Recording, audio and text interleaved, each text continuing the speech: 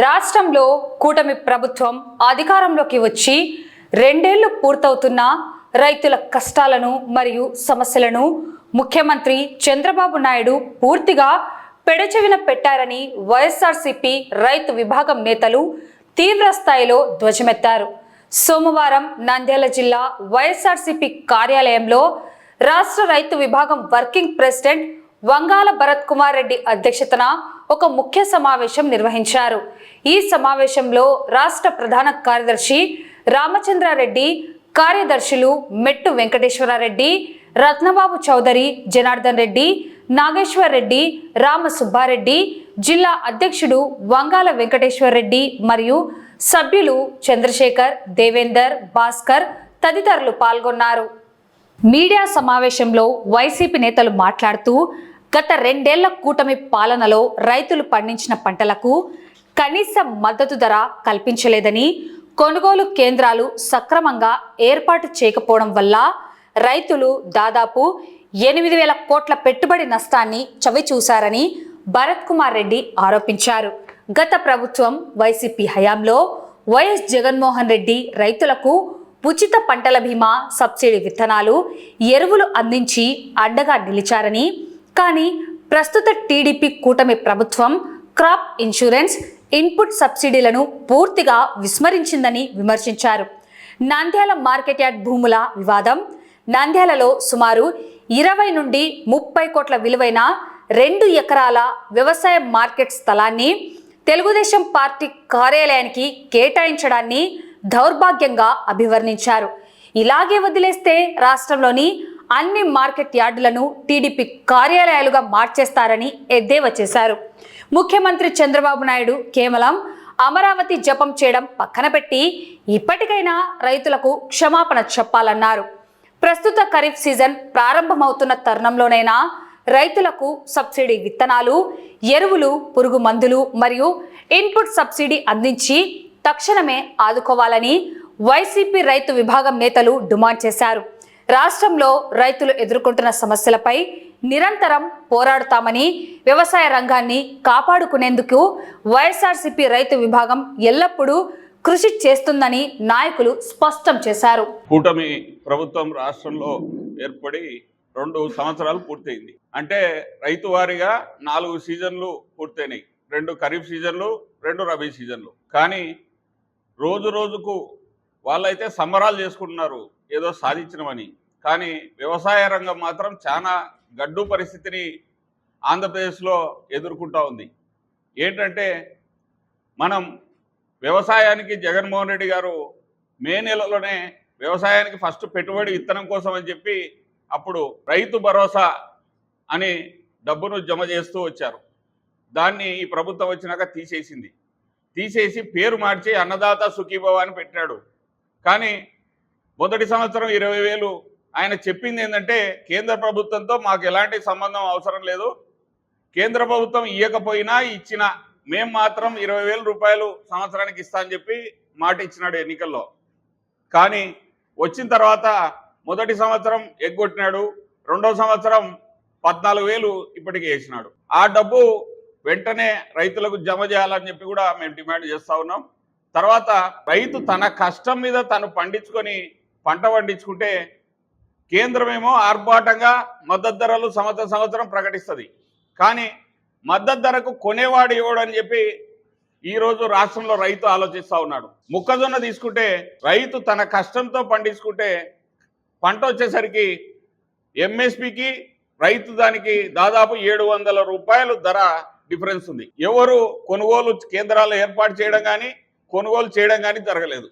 ఎక్కడ ప్రతి కాన్స్టిట్యున్సీలో రైతులు ధర్నాలు చేసినారు, రోడ్లు ఎక్కినారు, కానీ ఎలాంటి చీమ కుట్టినట్టు కూడా ఈ ప్రభుత్వానికి లేదు. దాని తర్వాత తీసుకుంటే మనం రైతుకు మేలు చేయాలని చెప్పి చిన్న రైతులకు 0 వడ్డీ పథకాన్ని జగన్మోహన్ రెడ్డి గారు తీసుకురావడం జరిగింది. ఈరోజు 0 వడ్డీ పథకాన్ని ఎత్తేసినారు.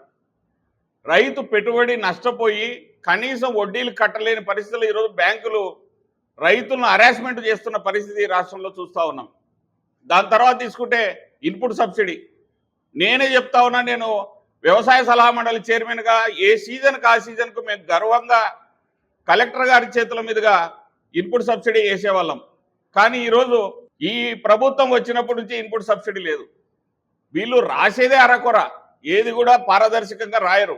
కేవలం వాళ్ళ కార్యకర్తలకు లేకపోతే వాళ్ళకి ఇష్టం వచ్చినట్టు రాసిన వారికి కూడా ఈ రోజుకు ఇన్పుట్ సబ్సిడీ లేదు. ఇంకా ఎలా వ్యవసాయం చేస్తాడు రైతు?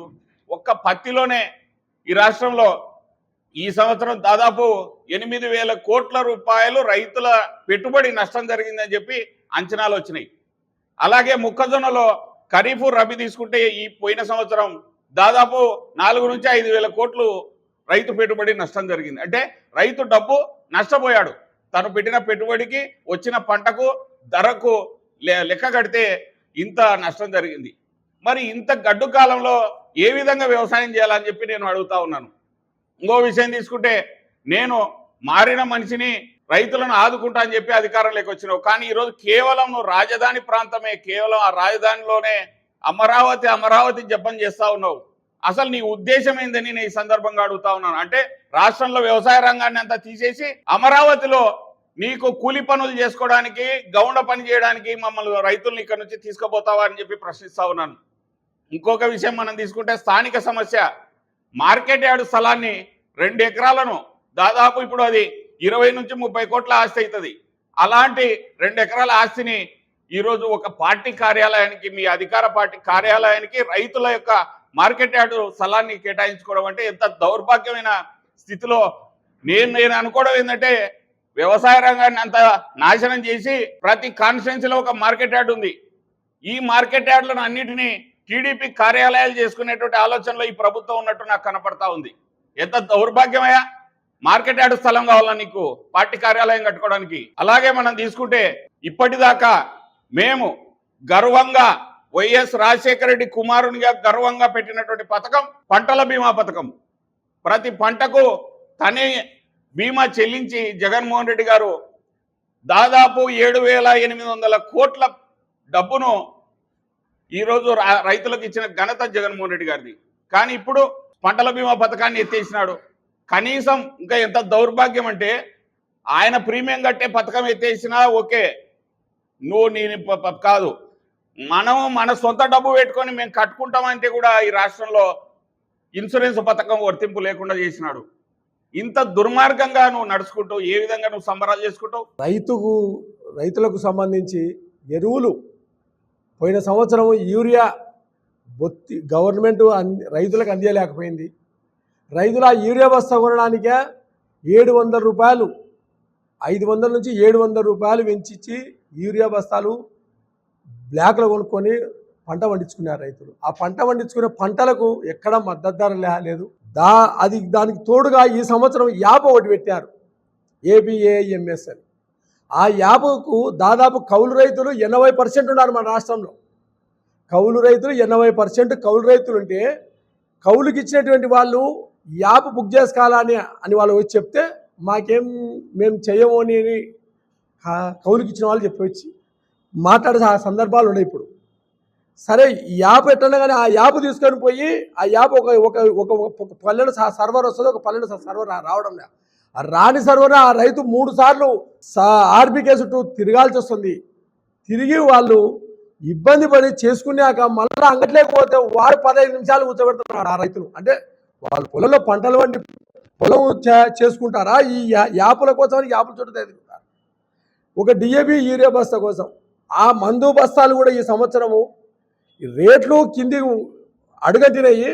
దానికి తోడుగా మందు బస్తాలు విపరీతమైన రేట్లు. అంటే దాదాపు పోయినసారి అమ్మిన బస్తా డబల్ అయినాయి. అంటే రైతు పండించిన పంట రేటు ఎక్కడుందో అక్కడ అంతకంటే కింద ఉంది. కానీ మందు బస్తాలు చూసేగా డబల్ అయినాయి. వాళ్ళు ఏ విధంగా వ్యవసాయం చేయాలరా? రైతుల గురించి ఏమైనా ఆలోచన చేస్తున్నారు చంద్రబాబు నాయుడు? దాని గురించి పట్టించుకోవడమే లేదు. దానికి తోడుగా జొన్నలు మన నంద్యాల జిల్లాకు 25,000 మెట్రిక్ టన్నులు కొంటామని చెప్పి 15,000 మెట్రిక్ టన్నులు మాత్రమే బాగున్నారు. ఇంకా దాదాపు రైతుల దగ్గర సగం దాన్నే మిగిలి ఉంది. ఇంకా అది జొన్న పంట పోయిన సంవత్సరం పండిన పంటనే సగం పంట మిగిలే ఉంది. ఆ మిగిలిన పంటను రైతులు మార్కెట్ యార్డ్ దగ్గర లారీలు ఆపుకొని, సెంట్రల్ వేరోస్ దగ్గర రోజుల తరబడి ఆపుకొని, మన వైసీపీ కార్యకర్తలు నాయకులే భోజనాలు ఏర్పాటు చేసే సందర్భాలు కూడా ఉన్నాయి వాళ్ళకు. కాబట్టి ఇంత అరాచకమైనటువంటి పరిపాలన ఎప్పుడు స్వతంత్రం వచ్చిన 76 సంవత్సరాలు 77 సంవత్సరాలు ఎప్పుడు చూడలేదు. రైతులు చాలా క్లిష్ట పరిస్థితులు ఉన్నారు. కాబట్టి ఒక్కసారైనా రైతులను ఆలోచన చేసి రైతుల గురించి ఆలోచన ఇవ్వని ఈ సభామూర్ఖంగా మీ ద్వారా తెలియజేసుకుంటున్నాను. ఈరోజు ఉద్యాన పంటలు చూస్తే గత వైసీపీ ప్రభుత్వంలో ఉద్యాన పంటలని రైతు సోదరులు చాలా ఆదుకున్నారు. మళ్ళీ ఈరోజు ఉద్యాన పంటలు వైపు చూస్తే అరటి ముఖ్యంగా ఒక రైతుకు ఎకరాకు 1,80,000 నుంచి 1,75,000 ఖర్చు వస్తుంది. మళ్ళీ మొక్క దగ్గర నుంచి దుక్కు దున్నేంత వరకు నుంచి ఫర్టిలైజర్ నుంచి ఎరువుల నుంచి ఎకరాకు సుమారుగా 1,75,000 ఖర్చు వస్తుంది. మళ్ళీ 1,75,000 ఎకరాకు ఖర్చు పెట్టుకొని పంట పండించిన ఎకరాకు 20-25 టన్నులు వస్తాయి దిగుబడి.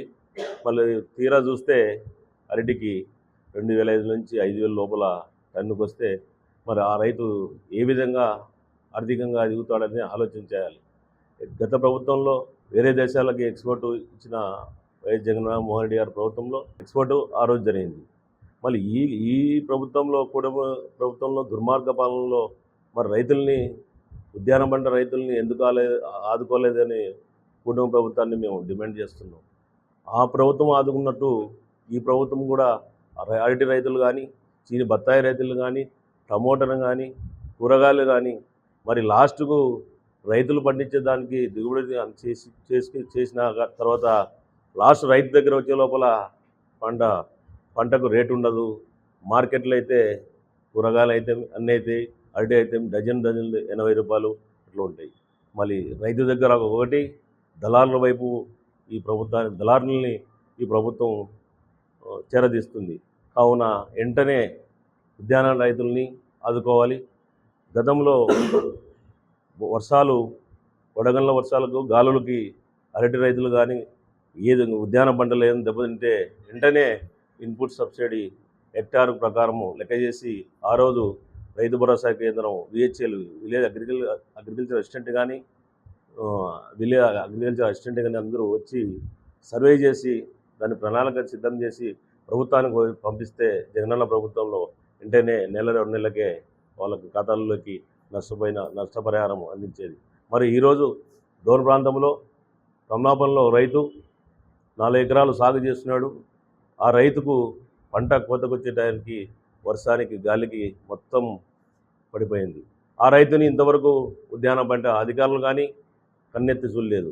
ఇలాంటి రైతులు మళ్ళీ ప్రకృతి వైపరాల వల్ల పోతే మళ్ళీ ఆత్మహత్యలే సరైన తప్ప, ఎందుకంటే లక్షలు వెచ్చించి కమర్షియల్ పంటలు అవి. మళ్ళీ ఇలాంటి రైతుల్ని ఆదుకోవాలి కదా. కూటమి ప్రభుత్వం ఎక్స్పోర్ట్ ఎందుకు చేయలేదని గట్టిగా మేము రైతు భాగం తరఫున డిమాండ్ చేస్తాం. కూటమి ప్రభుత్వం రైతులను నిరూపించుతుంది. అది ఎందుకంటే పోయిన ఖరీఫ్ సీజన్లో ఉల్లి రైతులను నిరూపించింది. పంట వండినాక మార్కెట్లో 1200 లెక్క కొంటామని కర్నూలు మార్కెట్ పిలిస్తే కర్నూలు మార్కెట్ ఏరియాలో ట్రాఫిక్ జామ్ అయిపోయింది. అది చూసి వాళ్ళు కొనలేక ఒక ఎకరాకు 20,000 లెక్క అంటే హెక్టార్కు 50,000 లెక్క ఇస్తూ ఉన్నారు. సరే వాళ్ళు రైతులకు మనకి ఇస్తారులే అని చెప్పి వాళ్ళు వెళ్ళిపోయారు. వీళ్ళు చేసింది లేదు చేసింది లేదు, ఏదో కొంత 20% ఇచ్చినారు. దాంట్లో నంద్యాల జిల్లాకు ఉల్లి పంట లేదు.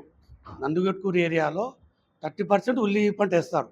ఒక్కరికి ఆ 20,000 ఒక్క రైతుకు ఈ రోజుకి వచ్చింది లేదు.